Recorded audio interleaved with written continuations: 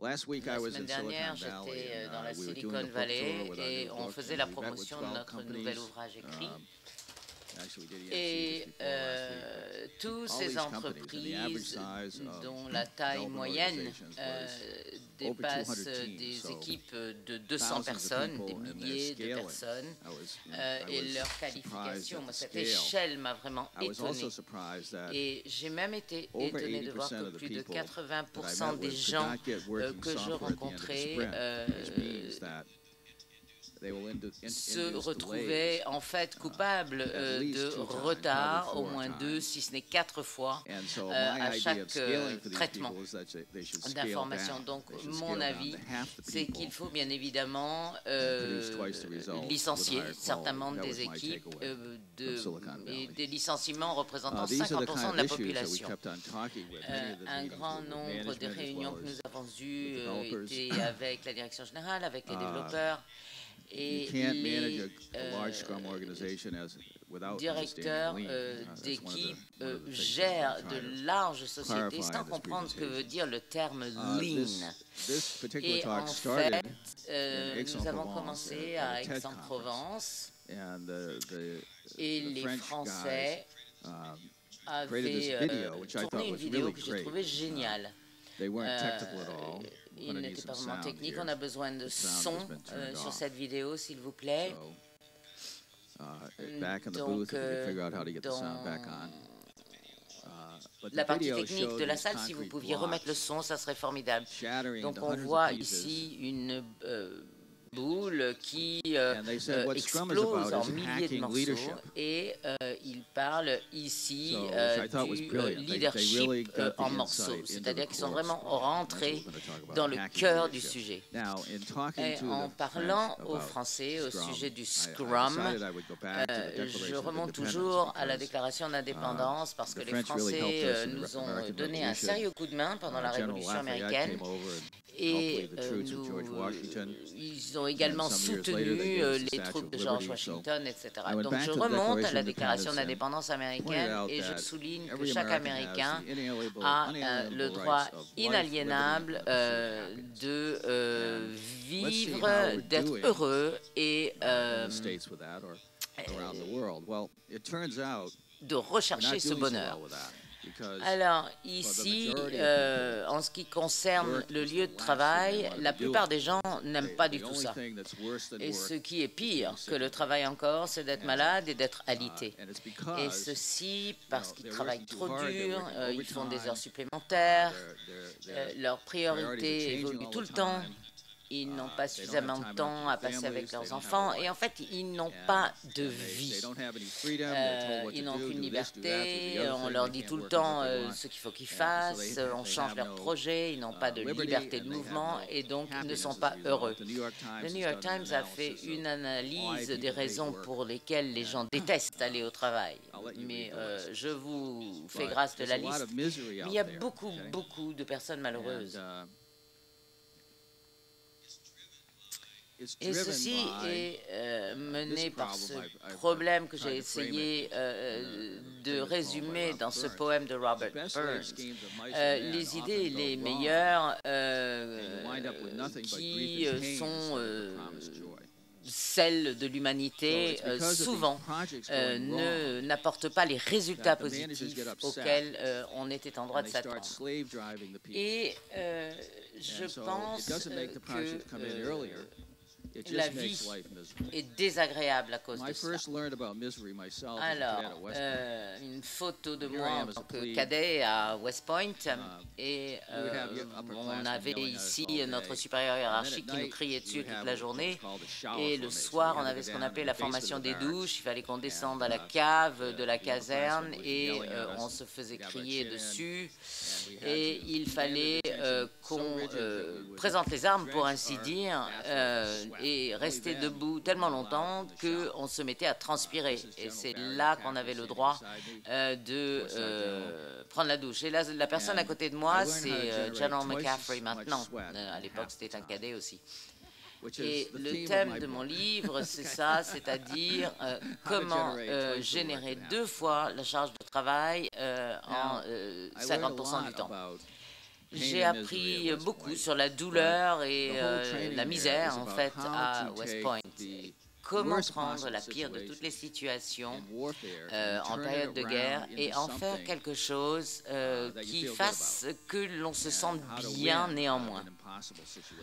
Et ma dernière année à West Point, j'ai été nommé officier pour la compagnie L2. Et la compagnie L2, pendant des années, a été connue sous cet acronyme parce que, en fait, c'était une entreprise qui n'arrivait pas à atteindre des niveaux de perfection dans quelques domaines que ce soit, sauf là où il fallait bien sûr qu'ils paradent tous du même pas. Bien évidemment, cette formation amenait des heures supplémentaires, mais les niveaux de médiocrité étaient absolument irréparables. Ça ne servait à rien de leur parler, de leur donner des formations supplémentaires, donc j'ai approché la situation de façon différente. Et j'ai mis tous les grilles en notes de couleur encodée. Et nous avons perdu 10 points parce qu'il y a une épée qui s'est plantée dans le sol. Nous avons perdu 10 points parce que le commandement n'a pas donné les ordres au bon moment. Et nous avons perdu encore 10 points parce que l'alignement de l'escadre n'était pas du tout parfait. Et donc, pour la première fois en 202 ans, dans toute l'histoire de cette académie, nous avons réussi à aligner parfaitement et de manière à rendre les choses visibles au niveau professionnel. Là, c'était au niveau West Point, mais on peut le faire aussi au travail. Le général MacArthur est décédé. Il a donné, dans les 2 dernières années de sa vie, un discours que tout le monde, encore à ce jour, doit mémoriser. Il a dit, lorsque je traverse le grand fleuve, ma dernière pensée sera pour le cœur et le cœur. Et si vous, les membres de la longue ligne grise, ne faites pas votre travail correctement, nous allons tous revenir d'entre les morts et vous faire assumer vos responsabilités. Et en disant cela, il avait l'impression que les morts de la longue ligne grise étaient derrière lui dans un hall énorme avec 3000 cadets, 3000 garçons qui ne pleuraient jamais normalement, se sont mis à sangloter de façon simultanée. Donc ici, un personnage de commandement extrêmement respecté. Et il a dû être ensuite transporté à Richmond, Virginia, et une marche a été organisée où il y avait son cercueil tiré par un chariot, lui-même tiré par des chevaux, suivi par les cadets. Et ce sont ces cadets, les miens, qui ont été choisis pour l'enterrement de MacArthur. Ensuite, la marche de la remise des diplômes. Ma femme était là et un de nos supérieurs est venu me voir après en disant, vous savez, votre compagnie était vraiment très différente des autres. On avait l'impression qu'il flottait au-dessus du sol. Et j'ai répondu, mais vous savez, on a enterré MacArthur, donc franchement, on ne l'oubliera jamais. Et lorsque les choses deviennent visibles, les équipes arrivent à s'organiser pour atteindre des niveaux de performance sans précédent. Un autre diplômé très connu. En tant que cadet, j'ai dormi dans la chambre d'Eisenhower. Sur la cheminée, il y avait une plaque sur laquelle il y avait marqué Eisenhower a passé une nuit ici. Et parfois, la lumière, la nuit, se reflétait sur cette plaque pour me réveiller. Je me demandais à quoi pensait Eisenhower quand il était à ma place en tant que cadet. Et il disait les plans ou les projets n'ont aucune valeur, mais la planification C'est ça qui fait que tout fonctionne ou pas. Et ainsi, comment il préparait le lancement d'un combat, d'une bataille. Pendant la Deuxième Guerre mondiale, il s'est approché de la plage et il s'est rendu compte que les projets n'étaient pas exécutables de façon à garantir la victoire, mais il a pu ainsi établir, définir les objectifs, etc. L'équipe s'est donc organisée sur place pour finalement prendre cette plage. Moi, je suis rentré ensuite dans l'aviation pour devenir pilote de bombardier. Et ici, un de mes amis qui a été descendu par un missile. 50% d'entre nous ont tous été abattus. Nous avons volé sur 100 missions. Et pendant 100 missions, la moitié d'entre nous ne reviendraient jamais.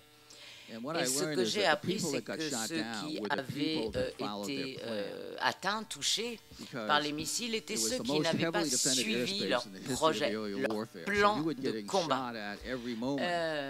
Parce que dès qu'on traversait les frontières, il y avait des missiles qui venaient de partout. Et si vous aviez un plan de vol qui était prévisible, vous étiez forcément victime de tirs.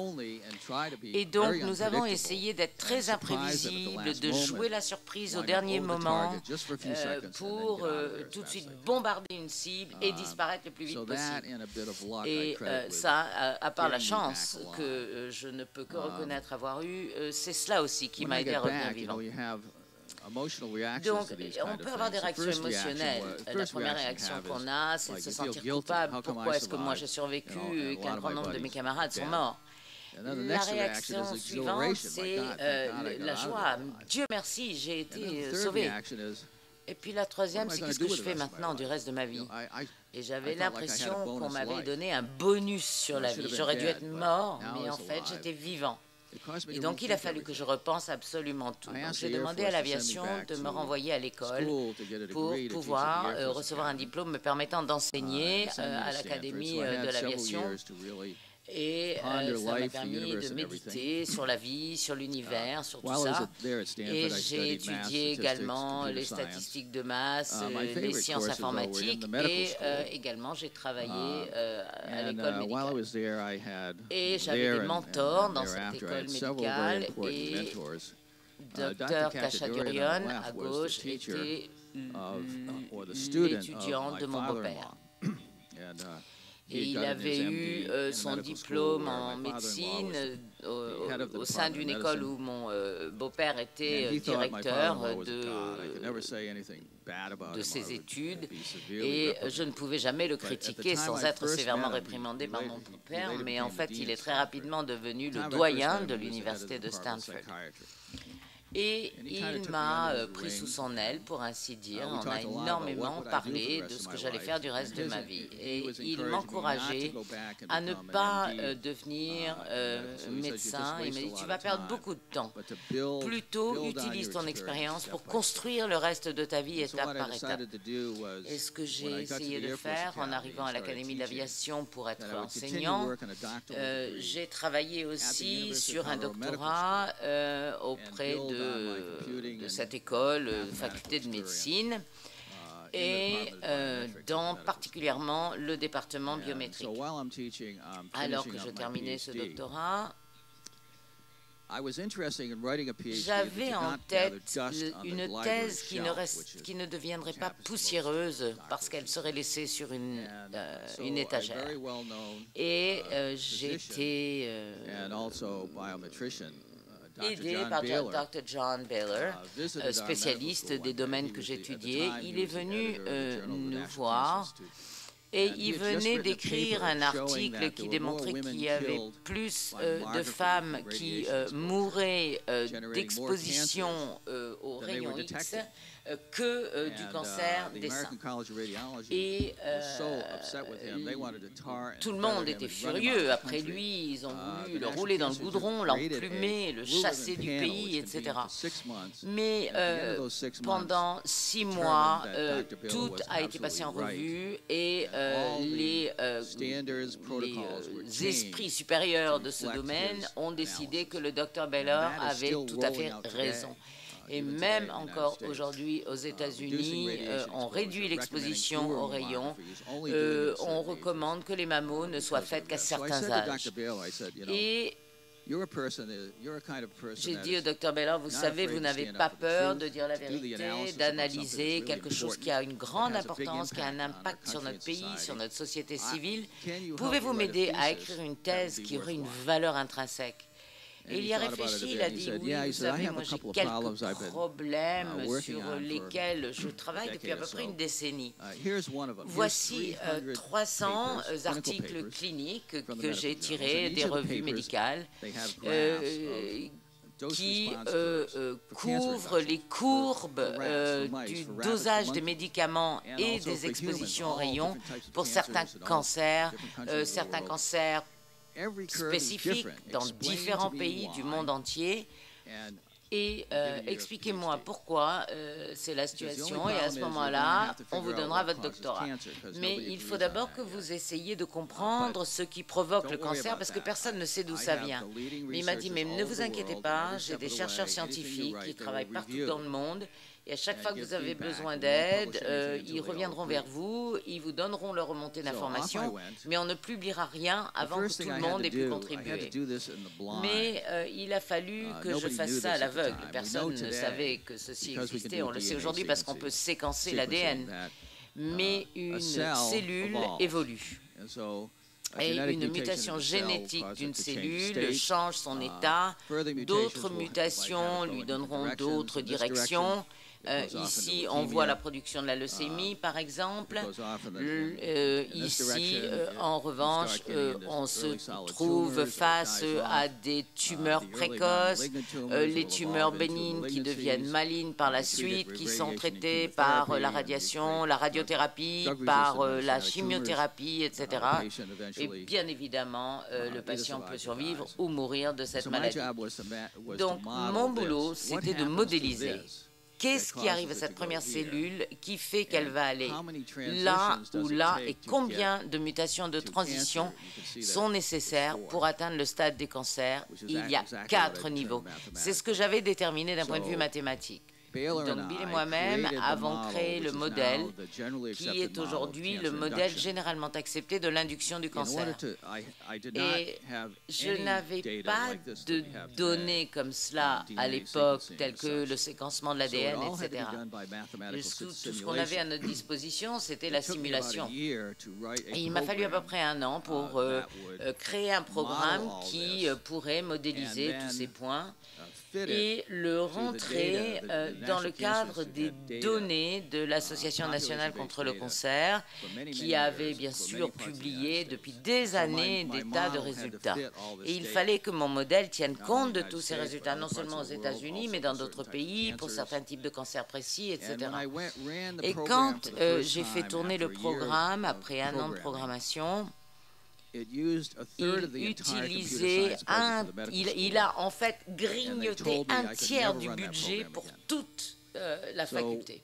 Donc je n'ai jamais pu ensuite à nouveau utiliser ce programme. Donc on a pris un problème un peu plus simple. Comment est-ce que l'on peut utiliser l'ingénierie concurrente basée sur des ensembles de données? Il s'agit ici d'une simulation d'une conception d'équipement hardware pour les satellites.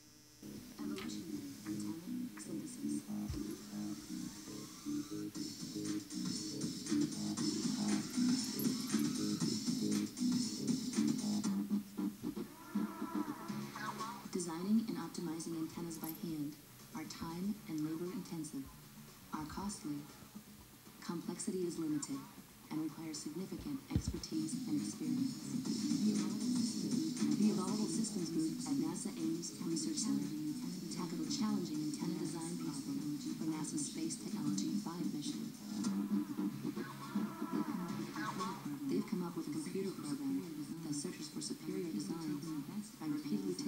best antenna designs and using them as mirrors to breed new ones.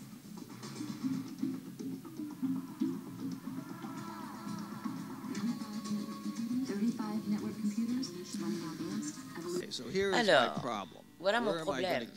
Où est-ce que je vais pouvoir trouver 35 ordinateurs en réseau pour pouvoir faire tourner mon logiciel? Alors, je me suis mis en relation avec le responsable du labo informatique et pendant quelques années, on a commencé à essayer de construire notre propre logiciel, notre propre ordinateur. Et puis, on a vu les distributeurs qui commençaient justement à proposer des systèmes qui tournaient tout le temps. Donc, on pouvait ici utiliser tous les processeurs et sans perturber quoi que ce soit. Donc, on a acquis deux systèmes, l'un pour l'hôpital, l'autre pour l'école de médecine.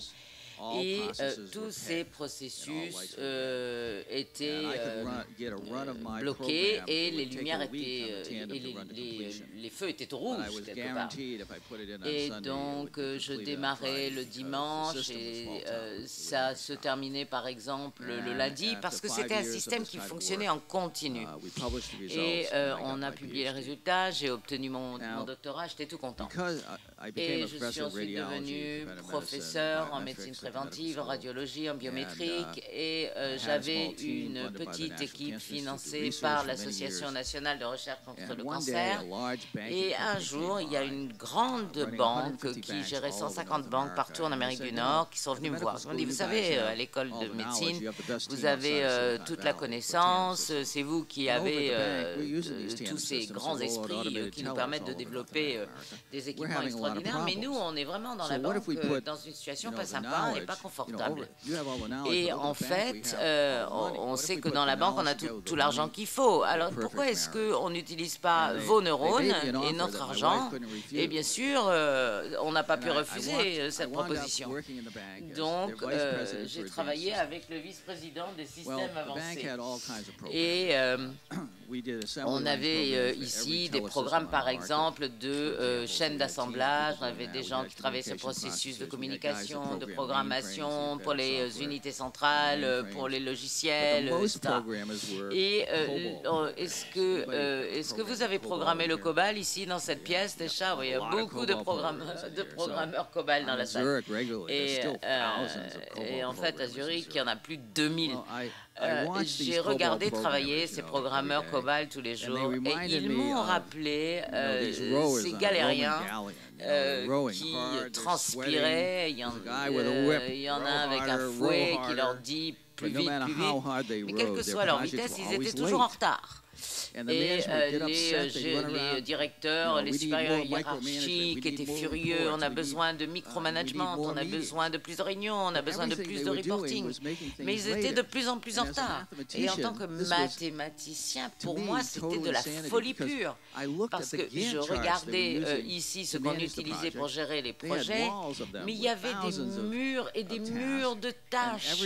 Et chaque petit morceau du tableau avait un responsable et une date.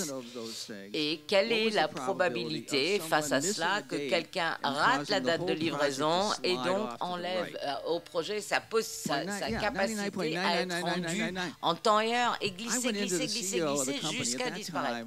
Donc, l'un des livres professionnels les plus populaires de l'époque s'appelait « À la recherche de l'excellence » et j'avais le livre et je suis allé voir le président de la banque, j'ai déchiré les pages du bouquin, je les ai jetées sur le bureau du directeur de la banque et j'ai dit « Je vais vous dire, il faut que tout le monde, les ventes, le marketing, l'ingénierie, les fonctions support, toutes les personnes impliquées dans ce système doivent nous rejoindre. Nous les gérerons comme une petite PME au sein de votre banque et je vous présenterai à vous et à votre direction générale. Vous pouvez être, par exemple, mon conseil d'administration. Une fois par mois, je vous donnerai des remontées d'informations et je vous expliquerai ce qui se passe.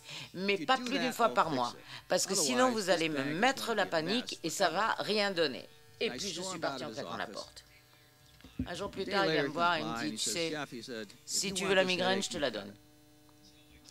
Donc, j'ai pris toute l'équipe Je les ai gérés, une équipe avec des objectifs pour l'équipe, subdivisés en sous-objectifs.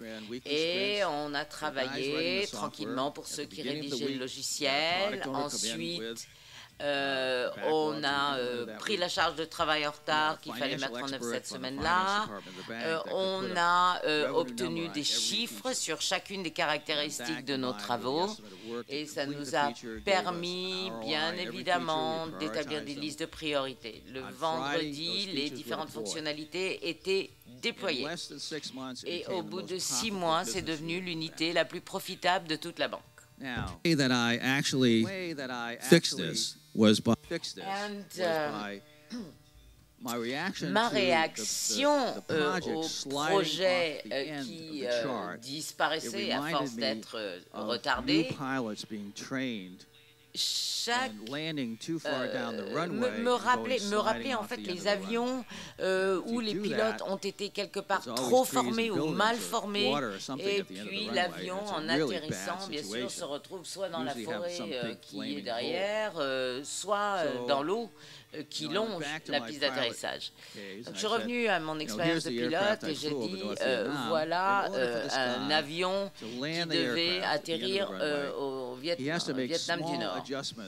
Et il regarde, il est regardé, il est vu l'angle d'attaque, l'orientation de l'avion, comment il fait les cross-checks des instruments, etc. pour pouvoir atterrir au bout de la piste d'atterrissage. Donc, il a ici atterri rapidement pour freiner.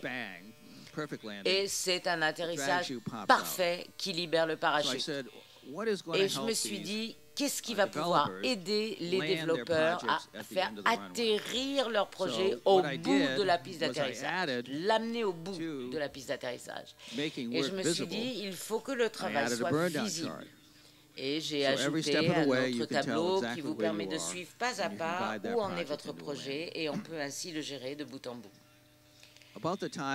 Au moment où cette unité était devenue de plus en plus rentable, la banque a acheté une autre banque à Cambridge, Massachusetts, à côté de MIT. Et le projet avait déjà consommé 35 millions de dollars. Et ce projet était en retard de plusieurs années et mon boulot, c'était de dépanner la situation. En fait. Donc, on a utilisé la technologie de base de données pour une banque. Ensuite, on a intégré une technologie française et les Français m'ont demandé de gérer une entreprise à base de données pour objet.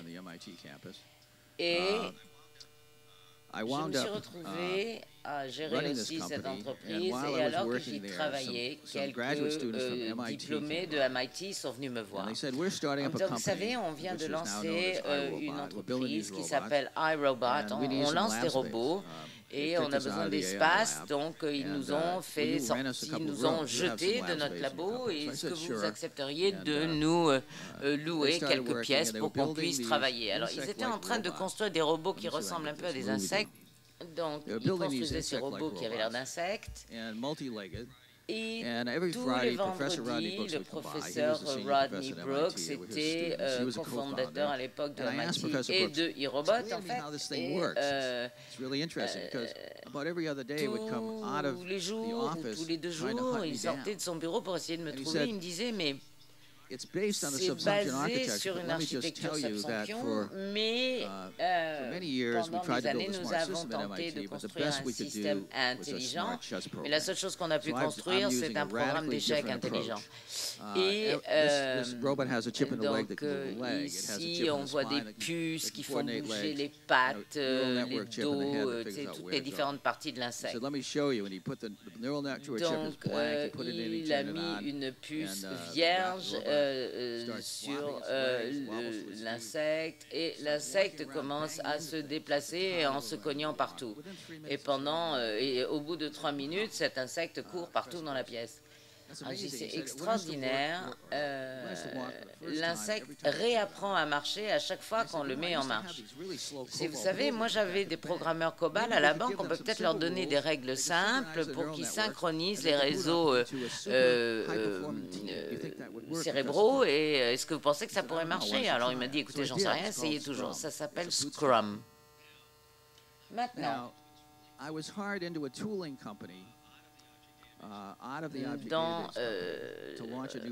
on m'a sorti de cette entreprise pour que je lance un nouveau produit. Et le but étant bien sûr de créer la nouvelle génération. Donc je travaille avec eux. Et Smalltalk, c'est un environnement qui tourne en permanence. Et j'ai remarqué qu'ils allaient lutter pour développer une quelconque fonctionnalité, mais magiquement, ça apparaissait tout d'un coup, après beaucoup de temps où ça ne marchait pas. J'étais un étudiant de l'évolution cellulaire, et je savais qu'à Harvard, le professeur Gould publiait des papiers sur la manière dont fonctionnait l'évolution et comment ça ponctuait l'équilibre. C'est une vraie question. Et je sais que les machines pensantes, un des grands supercomputers, Danielos, modélisait son travail sur l'ordinateur pour comprendre pourquoi, pendant de longues périodes, les organisations étaient statiques. Vous savez, vous avez une écureuil qui tourne dans la forêt et tout d'un coup, il y a un écureuil volant. Qu'est-ce qui s'est passé dans 1 million d'années où il n'y avait pas cette fonctionnalité? Il s'avère que sur l'ordinateur, Danny pouvait montrer que des systèmes multiples faisaient des changements subtils et seulement lorsque ça se reconfigure exactement dans le bon cadre, l'écureuil pouvait décoller de l'arbre. J'ai dit, il faut utiliser l'équilibre ponctué pour construire. Il faut arrêter de faire des fonctionnalités. Quel est le changement le plus petit qui va pousser le système dans la bonne direction? Et on avait besoin de savoir quels composants avaient besoin pour faire ce changement. Donc ça a généré un débat et parfois le prototypage par rapport au prochain changement à faire et de faire en sorte que ce soit des changements petit à petit et que ça rentre dans le bon composant. Et tout d'un coup, on aurait cette nouvelle fonctionnalité en 20% du temps. Donc c'est une autre façon de réfléchir sur la création du logiciel. On s'est rendu compte également que notre outillage, un de nos plus gros clients, c'était Ford. Il fallait changer les outillages, mais également l'organisation, il fallait que cela change aussi.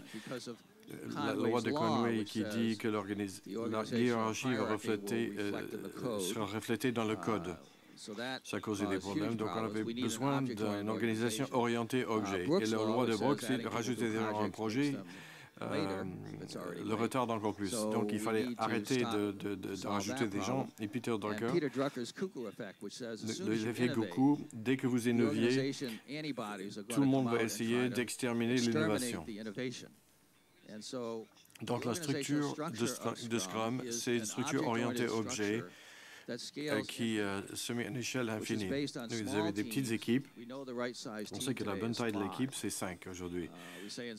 9, c'est trop. Je sais qu'on dit de 3 à 9, mais c'est 5. Donc il faut agréger ces équipes et utiliser des informations orientées à objet pour passer au prochain niveau. Vous avez Google Maps et Zillow, et vous avez des équipes, et quelqu'un d'autre utilise Zillow. L'Internet, c'est un mash-up énorme. Et Scrum est conçu pour profiter et bâtir là-dessus. Alors, toujours est-il qu'on essaie de voir comment formaliser et présenter cela à Ford. On a étudié des centaines de papiers sur la gestion de projet et le meilleur qu'on a trouvé, c'est par les professeurs Nonaka et Takachi. Et ils avaient vu 3 types de gestion de projet.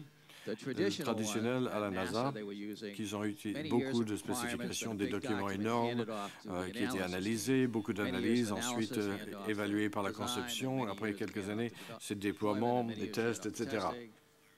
Et après, on appuie sur le bouton et ça explose et on recommence. Ils appellent ça le type A. Fuji Xerox s'est rendu compte qu'il y avait un taux d'échec de 86%. Et la raison, c'est le passage de main des documents. Et les meilleures équipes qu'ils ont vues, c'était Honda et Toyota et 3M. Takeshi et Nonaka ont passé 6 ans en train d'étudier Toyota. Ils ont écrit un livre là-dessus. Le mot Lean n'apparaît pas dans le livre. Quand j'ai rencontré l'Institut Lean Enterprise avec Steve Bell et John Shook il y a quelques années, je leur ai demandé pourquoi Takeshi et Nonaka ne parlent pas de Lean. Ils ont dit, eux, ils travaillent sur le développement de nouveaux produits. Takeshi avait ces 3 caractéristiques qui étaient très importantes. Les objectifs transcendants pour améliorer la vie pour l'équipe et pour les clients. Autonomie. Ils ont choisi le travail dans la liberté. Et la fertilisation croisée. Ils ont créé une équipe qui génère l'innovation. Ce qui produit non seulement le bonheur, mais l'exhilaration. Et John est venu à la réunion, il nous a donné ce livre. Ce qu'ils regardaient, en fait, c'était le développement de produits Lean chez Toyota. On a ouvert le premier chapitre et ça décrivait Scrum à la perfection. Donc, c'était intéressant. Maintenant, nous sommes en 2001. En 1995, j'ai rencontré Ken Schreiber, je lui ai montré. Il a dit, Ken, tu devrais faire ça plutôt que de vendre votre logiciel de gestion de projet. Donc, il s'est rejoint à moi. Et en 2001, on était à la conférence sur la conférence Agile. Et Mike Beatle, l'un des mecs de Scrum, a lu le livre sur les sociétés de production de matériel agile. On fait de l'agile. Parce qu'Agile, c'est Lean plus le client est dans le cycle, dans la construction du produit. Donc on appelait ça Agile. Le deuxième jour de cette conférence, Martin a dit, on a besoin de se mettre d'accord avant de quitter la salle. Ça serait dommage qu'on soit d'accord sur rien, parce qu'on se dispute comme on fait d'habitude. Est-ce qu'on est d'accord sur une chose? Et il y avait une pause, et 9 personnes sont allées faire du ski, et 8 sont restés, et Martin Fowler est allé au tableau, et on s'est mis d'accord sur la chose suivante. Il s'agit d'équipes, des individus d'interaction. Pas les process et les outils sont bien, mais ça vous ralentit en général. Quand on travaille dans le logiciel, c'est plus important, le produit est plus important que la documentation. On a besoin de documentation. Pour un appareillage médical, il faut 5000 pages qu'il faut rédiger pour cet appareil. La collaboration avec le client, c'est la clé pour Agile. Et répondre aux changements plutôt que de suivre un plan. Lorsque les autres sont revenus, Ward Cunningham l'a regardé, il a dit « c'est génial ». Et on n'a pas changé un mot. Donc ce document a changé le mot et ça n'a pris que 15 minutes pour le rédiger. C'est étonnant pour nous qui l'avons écrit, mais c'est comme ça que ça s'est passé. Maintenant, aujourd'hui, vous avez le projet le pire du monde, 143 milliards d'excédents budgétaires sur le F-35. C'est le meilleur chasseur du monde. Le meilleur, c'est le Saab Griffon, et c'est aussi le moins cher. C'est moins de 20% du cycle de vie de F-35. Et on l'a fait avec Scrum, et tous les 6 mois, il y a un nouvel système d'exploitation, une nouvelle version, c'est que du soft. Donc c'est comme une nouvelle release de Windows tous les 6 mois. Tous les 6 mois, il y a un nouveau matériel, plus de moteurs, les avions sont plus rapides, meilleure technologie, meilleur radar, meilleur ciblage, plus léger et moins cher. C'est comme un ordinateur, c'est de moins en moins cher tous les ans. 2 fois plus puissant et ça coûte moitié moins cher. C'est comme ça qu'ils construisent l'avion et c'est pour ça qu'ils disent que c'est le meilleur du monde. C'est 2 ou 3 générations en avance des avions américains. Donc Scrum est parti du soft et ça a conquis beaucoup d'autres secteurs. On travaille avec John Deere dans les machines agricoles. Ils ont une amélioration de 700 à 800% en utilisant Scrum pour la production d'équipements agricoles. Vous avez Joe Justice qui joue le coach sur la fabrication de véhicules, comment le faire dans des sprints d'une semaine. Il travaille avec 40 pays, avec 400 personnes qui construisent des véhicules avec cette technique. Donc Scrum va partout. La semaine dernière, on avait une conférence et il y avait 5 ou 6 personnes qui avaient géré leur mariage en utilisant le Scrum.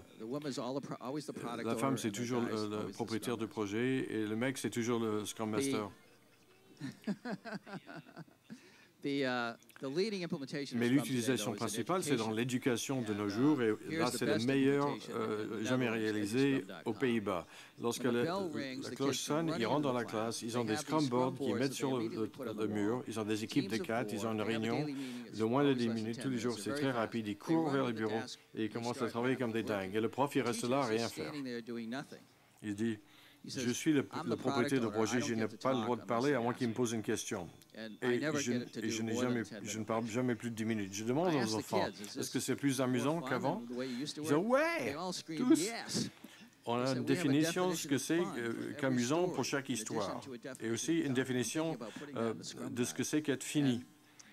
Est-ce que vous avez des meilleures notes? Oui, les notes moyennes dans une classe de Scrum, c'est plus de 7 sur 10. Et dans les autres classes, c'est 5. La moyenne, c'est 5. Donc, ils ont amélioré les notes aussi. Est-ce que c'est plus rapide? Oui, on termine des semaines et des semaines avant les autres. L'autre chose qui était vraiment palpitant pour moi, c'était comment on avait pu inclure les handicapés. Il y avait une femme dans un fauteuil. Elle a fait partie de l'équipe tout de suite. Elle était dans son bureau. Elle ne pouvait être là que 2 jours par semaine. Mais grâce à ce processus Scrum, ça l'a complètement engagée dans le travail de l'équipe. Donc le prof a dit que ça élimine pratiquement tous les problèmes de motivation, tous les problèmes de discipline. Et il voit ça comme la prochaine génération au-delà de ce que peut faire Montessori pour les enfants. Donc, toutes ces histoires sont dans mon nouveau livre. C'est la version US. Ici, c'est la version britannique. Il n'y a que la couverture qui change. Ils ne veulent pas avoir des couleurs aussi radicales ou dans l'art de faire 2 fois le travail en moitié du temps. Je sais que certains l'ont déjà, j'espère que les autres vont l'acheter. Et j'ai déjà dépassé, je crois, mon temps. Peut-être on a quelques minutes pour des questions.